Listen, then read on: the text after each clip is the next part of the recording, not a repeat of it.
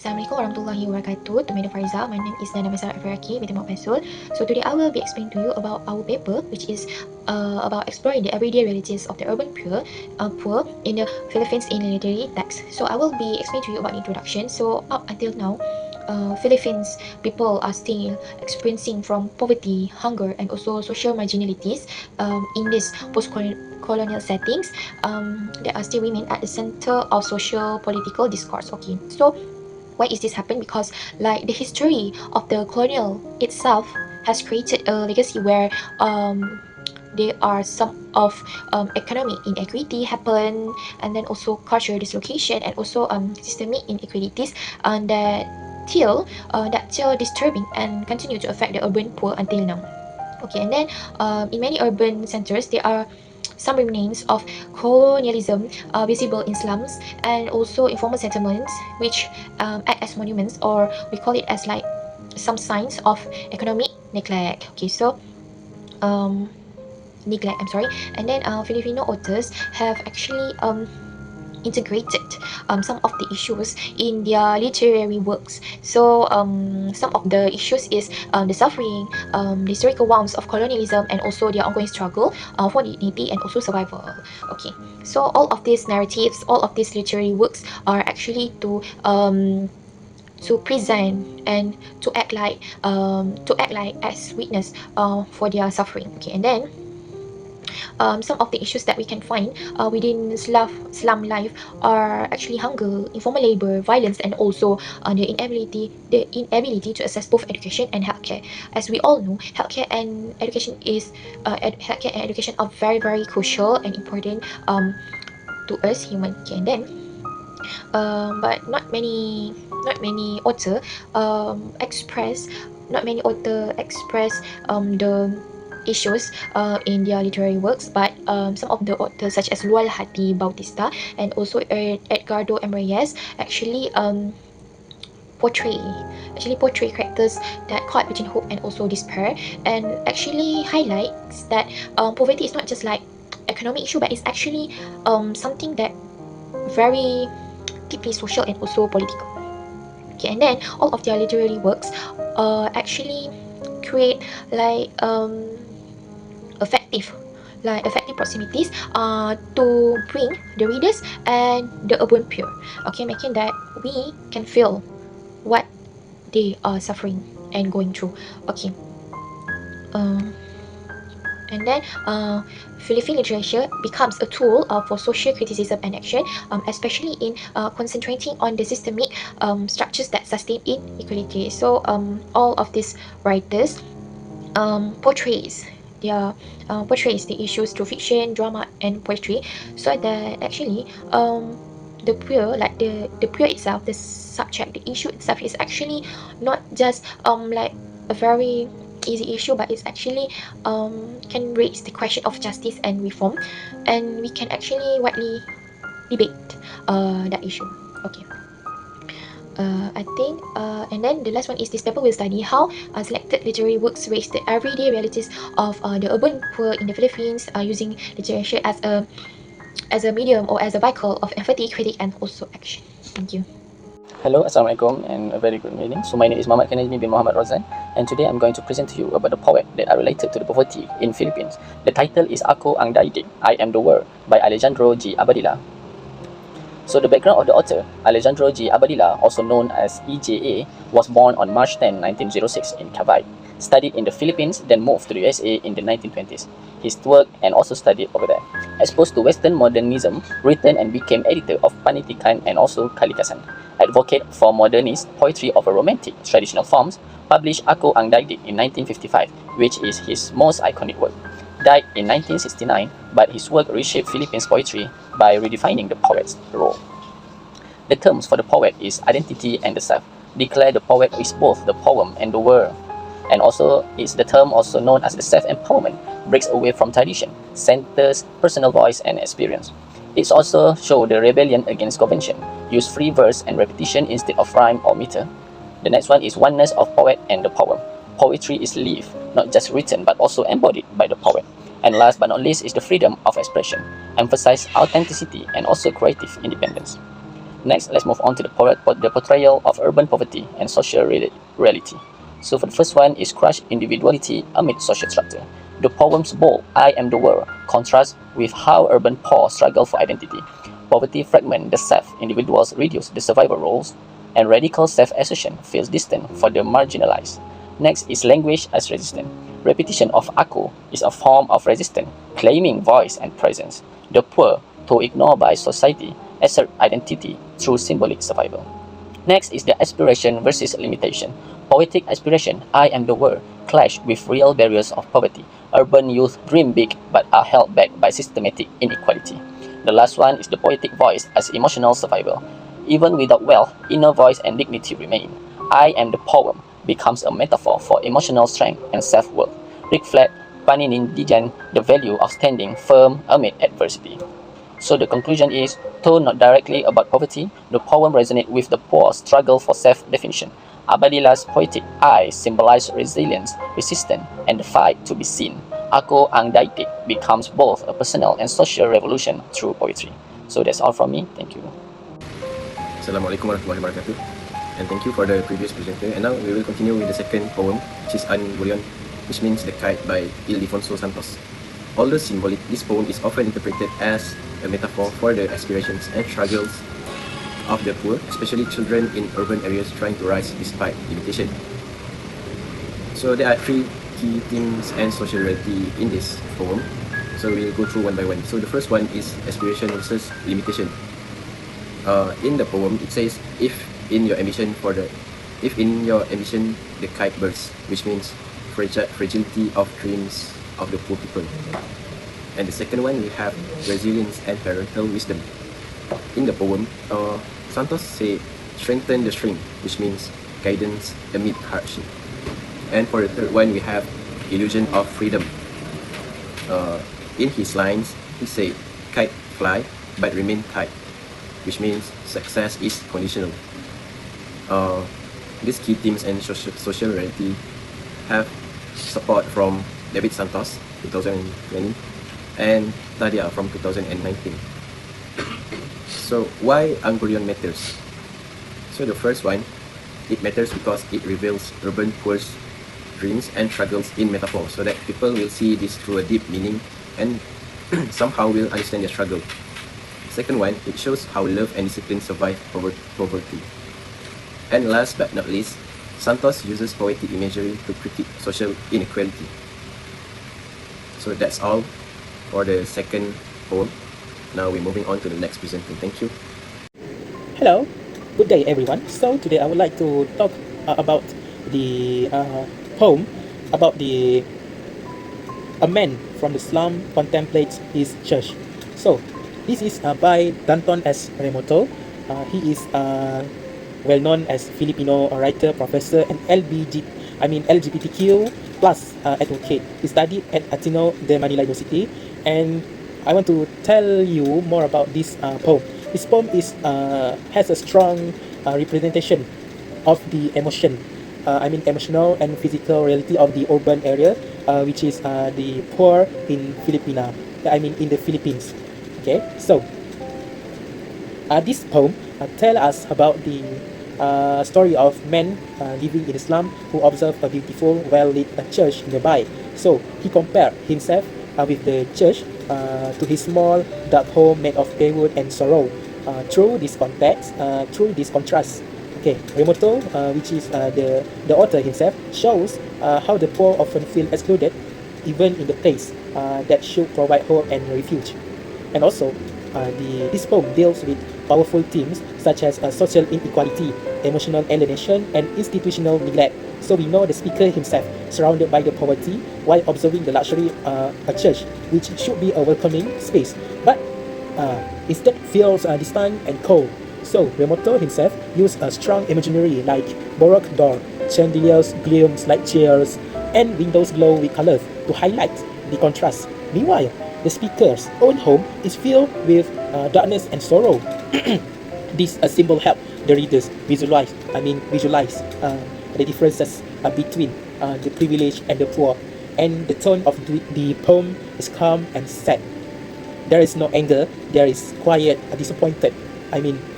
disappointment. This tone emphasizes how poverty doesn't just affect physical comfort, but also the emotional and mental state too, and mental state of those who live in it. So this message is clear. Even spiritual institution can unknowingly exclude the poor. And lastly, this poem is perfect example of how literature can give a voice to people who are often ignored in the society. So it shows the daily struggle of living in the slum, not just through physical condition, but through emotions like sadness, frustration, and feeling forgotten. And like children of the city, this poem also reveals how systems, whether social, political, or religious, often fall for often fail for the poor. Okay, we know in the real life of the urban poor, making us think more deeply about inequality in our communities. So that's all from me. Thank you. Good day, everyone. Today, I'll be presenting an analysis of two powerful Philippine literary works that subtly yet effectively explore the lives of the marginalized. Padre Fora witnesses the execution of Rizal by Danton Rimoto and The Mats by Francisco Arcelana. This presentation focuses on how literature reflects the everyday realities of the urban poor in the Philippines. Literature serves as a mirror of society, and through poetic and narrative techniques, it reveals the struggles of those often unheard. Both texts I'll be discussing explore themes such as institutional failure, emotional burdens, and the enduring love present even in the modest households. What makes this work stand out is that they address urban poverty in symbolic, emotional, and realistic ways without relying on direct depictions of slum life. Let's begin with Danton Rimoto. He's a Filipino poet, professor, and an LGBT advocate. He studied at Ateneo, the University of Stirling in the UK, and Rutgers University in the US. His work is known for exploring themes like silence, identity, resistance, and justice. As the founder of Ang Ladlad, he has used both literature and activism to represent marginalized voices in the Philippines. His poetic voice often stands for those silenced by institutions or society. In Padre Fora witnesses the execution of Rizal, the dominant themes include moral paralysis, guilt, and institutional complicity. Padre Fora watches Rizal's execution in silence, a silence filled with emotional and ethical conflict. The poem critiques how institutions like the church remain silent in the face of injustice. It also explores historical trauma and the burden of watching helplessly as violence unfolds, a theme that resonates with many who live in powerless conditions today. While the poem doesn't directly mention urban slums, it reflects the inner struggles of the poor. The silence of Padre Fora symbolizes the voicelessness of the marginalized. The church, in its grandeur, represents institutions that appear powerful but remain detached from the struggles of ordinary people. This detachment mirrors how urban poor communities feel, observed yet unsupported, present yet ignored. In conclusion, the poem becomes a quiet form of protest. It shows that silence, though not loud, is still filled with emotional weight. Padre Fora's internal battle represents the daily battle faced by those in poverty, those who witness injustice but are unable to change it. Danton Rimoto uses history to speak about the present, making his poem a voice for the invincible. Now, let's move on to Francisco Arcelana. He's a national artist for literature and a pioneer of the modern Filipino short story in English. His writing focuses on intimate themes like family, memory, and grief, often told through symbolic, minimalist storytelling. He captures deep emotional truths using simple everyday settings, which is exactly what we see in The Maids. In The Maids, a father comes home from a trip and brings personalized sleeping mats for his children, including 3 mats for his deceased children. This gesture reveals his quiet grief and emotional attachment. What begins as a joyful family moment becomes a deeply emotional and symbolic act of remembrance. The mats become more than gifts. They represent identity, love, and unspoken sorrow. The story deals with themes like familial love, remembrance, and emotional resilience. It shows how simple objects, like mats, can carry great emotional weight. Arcelana highlights how working-class families often express grief, care, and remembrance through practical items, rather than grand displays. It also reflects the tendency of poor communities to carry emotional burdens in silence, out of necessity. Although the family in the Maids is not described as extremely poor, their modest lifestyle reflects the realities of many urban households. The mats symbolize both practicality and deep emotional meaning. The shared sleeping space is common in low-income homes and fosters closeness, but also speaks to limited resources. Grief is woven into daily life quietly and respectfully, showing that emotional strength can persist even in hardship. Arcelana subtly honors the emotional life of the urban poor through this portrayal. Both Denton Rimoto and Francisco Arcelana use literature to expose the emotional realities of poverty. Rimoto critiques the silence of powerful institutions, while Arcelana reveals the quiet dignity in family traditions. Together, this work reminds us that the struggles of the poor are not only economic, but also deeply emotional and psychological. Literature gives voice to those stories, and by reading them, we begin to see the unseen. Thank you. Good day, everyone. So today, I would like to present to you about the exploring the everyday realities of the urban poor in the Philippines in literary text. So I will be focusing on the short story by Amadisma Guerrero, Children of the City. So Amadisma Guerrero is well-known Philippine writer and a journalist. So he focused on theme of social justice and poverty. He also organized for highlighting the reality of everyday in Philippines, particularly in the urban area. So in the story, we will follow a young boy named Victor, whose life drastically changed after the death of his mother and the arrest of his father. So he is left alone. He is forced to work as a newspaper vendor in the streets of Manila. So, through Victor's experience, Guerrero powerfully reveals the struggle faced by the poor children in Philippine cities. And this story fits perfectly with our research focus because it is show how urban poverty impacts the children. And also, it is realistic and heartbreaking portrayal of what it's meaning to grow up in the city. So, this story also prevent the several this story also present the several important themes that represent the everyday of the urban poor. The first one, we see the poverty and hunger as central struggle. We know Victor often goes without food, and this reflects in the real life issue of food insecurities among urban poor families around the world, and especially in the Philippines itself.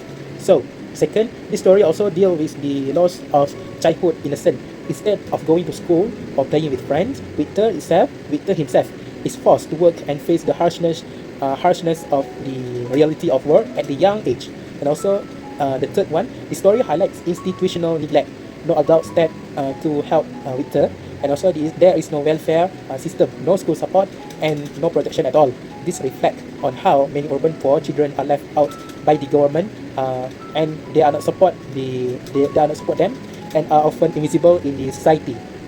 Overall, the story reflects the reality of many Filipinos who are born into poverty. And lastly, these children of the city serve a form of social critique. It is remind us that literature is not just entertainment. It can reveal painful truth and challenge for us to think about the inequality and injustice. And in conclusion, this short story does more than tell the story. This story itself speaks about the thousands of the other children in the Philippines who face the same struggle every day as Victor himself. Thank you. Hi, Assalamualaikum warahmatullahi wabarakatuh.